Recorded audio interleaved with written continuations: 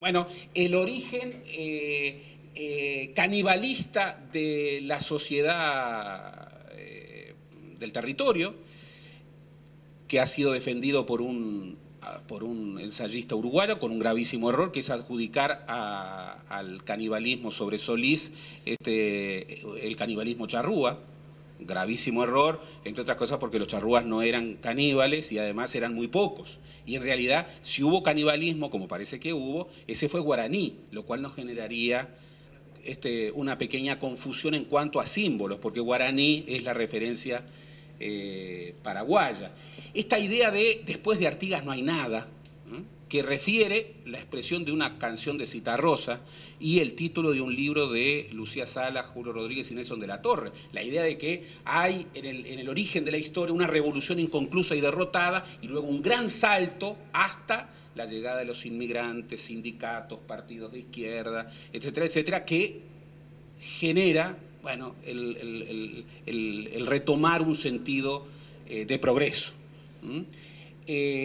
La costra de la política criolla, la negación de la política en Uruguay, que es una tradición tan fuerte como el de la reivindicación de la política como el gran espacio articulador, el cuestionamiento a Varela, que no es un cuestionamiento contemporáneo, sino que siempre estuvo allí, la idea referida del disciplinamiento, una sociedad donde es muy fácil ser igual porque es muy difícil ser distinto, la idea del estatismo enervante, la idea de la determinación jurídica y solamente jurídica del bipartidismo, el país petizo, que es la lectura complicada de la virtud de la escala para construcción de laboratorio social, el país envejecido, el país de la crisis, la sanción a la diferencia, la falta de energía nacionalista, esta idea que Real de Azúa ponía, al Uruguay le falta la dimensión trágica de la existencia, le falta esas energías de eslora que definen la construcción de un proyecto nacional,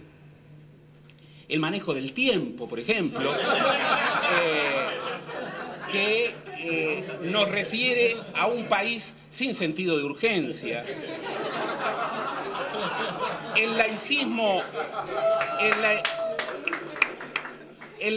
homogeneizador y negador de realidades muy claras, que es esa otra religiosidad uruguaya, laica y no laica.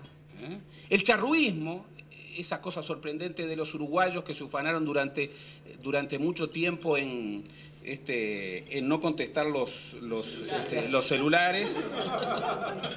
Un país que tiene más celulares que personas, por ejemplo.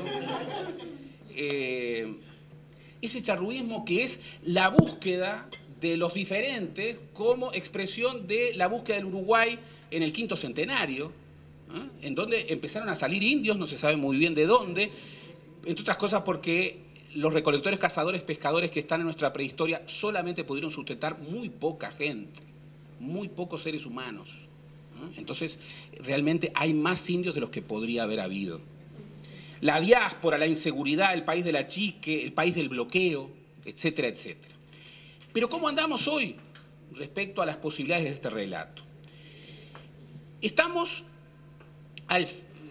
en un contexto en donde los últimos 25 años de la vida del país son el escenario de un cambio como tal vez nunca antes lo hubo, de una transformación gigantesca.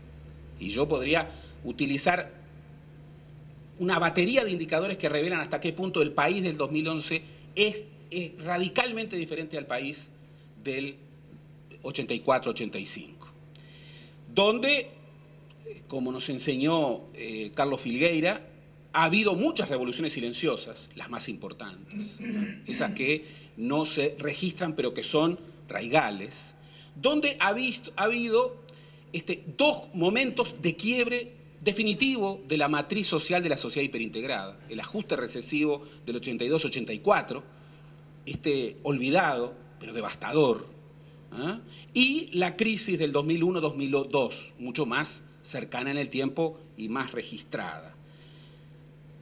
Una transformación extraordinaria en la clave ciudadana, revelada, pero no únicamente por los cambios de tendencia electoral.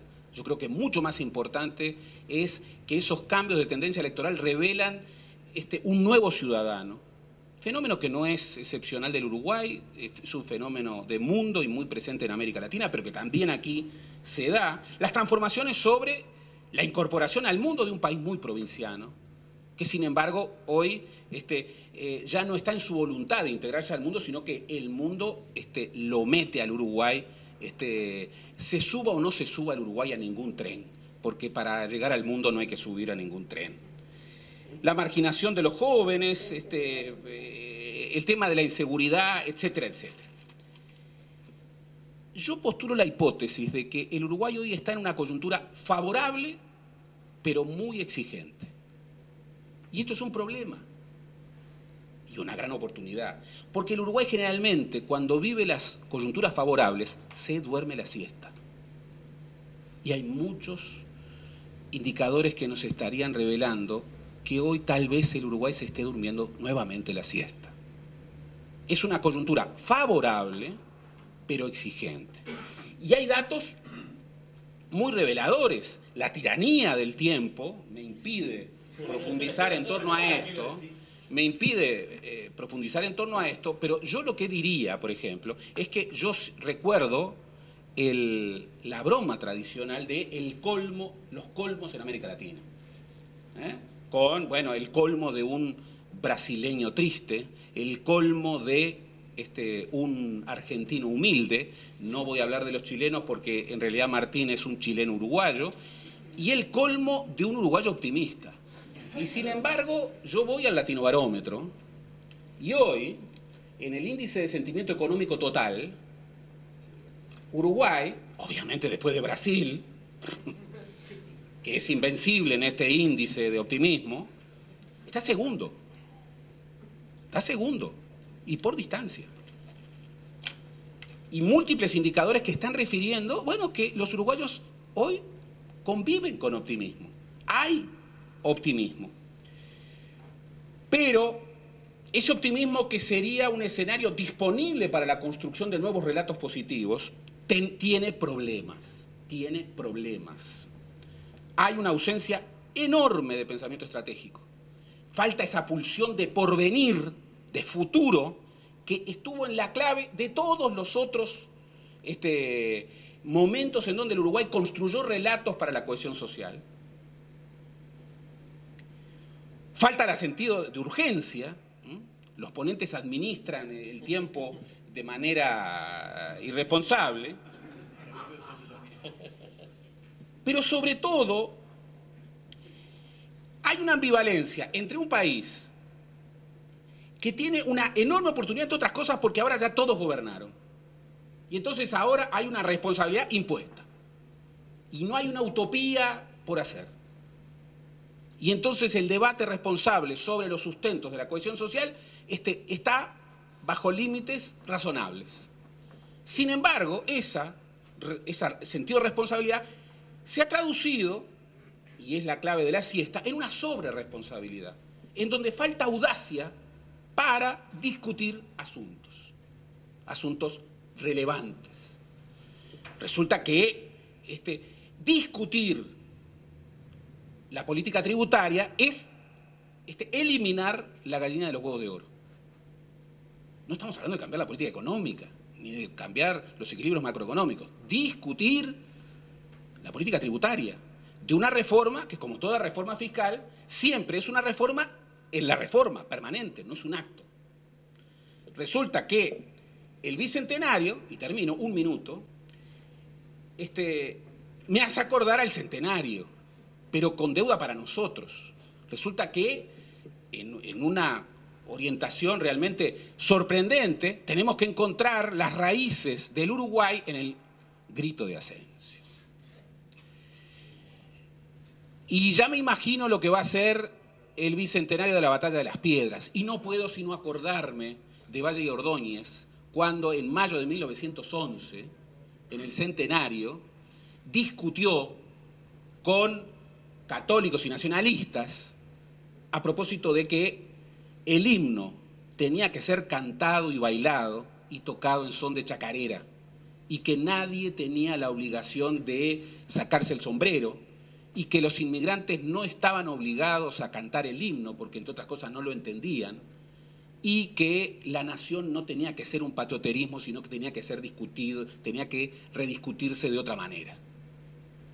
Bueno, también puedo pensar qué pasará si yo, que seguramente, que lamentablemente me están convocando para hablar del Bicentenario, cuando llegue el éxodo, en octubre, trate de transmitir la idea de que este país tiene relatos fantásticos para unir las raíces con el futuro, pero que eso no tiene que llevar a transgredir la historia.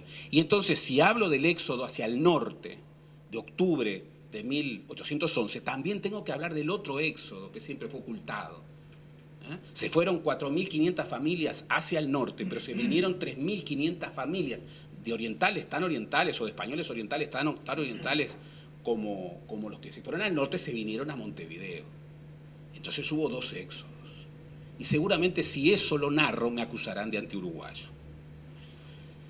Entonces, vuelvo al comienzo.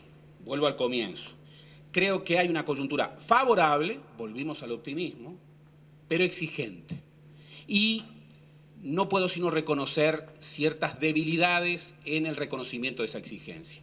Falta de audacia para discutir, bueno, lo que es un debate institucional. Un debate institucional es la discusión de las ideas, de los valores, de los símbolos, de los relatos, que en una sociedad definen el poder, o por lo menos una de las dimensiones del poder, que es el discernimiento entre lo que se puede hacer y lo que no se puede hacer. Y yo en esta sociedad veo que se pueden hacer muchas cosas, pero que la audacia para discutir esa frontera está muy complicada. Por ejemplo, casi la resignación a que la clave de la construcción de la cohesión social uruguaya, que siempre tuvo que ver con este país que se quiso hijo de la escuela, hijo de la educación, y que siempre tuvo la voluntad de que los hijos tenían que ser mejores que los padres, bueno, prácticamente tiene que resignarse a aceptar de que ese tema está bloqueado.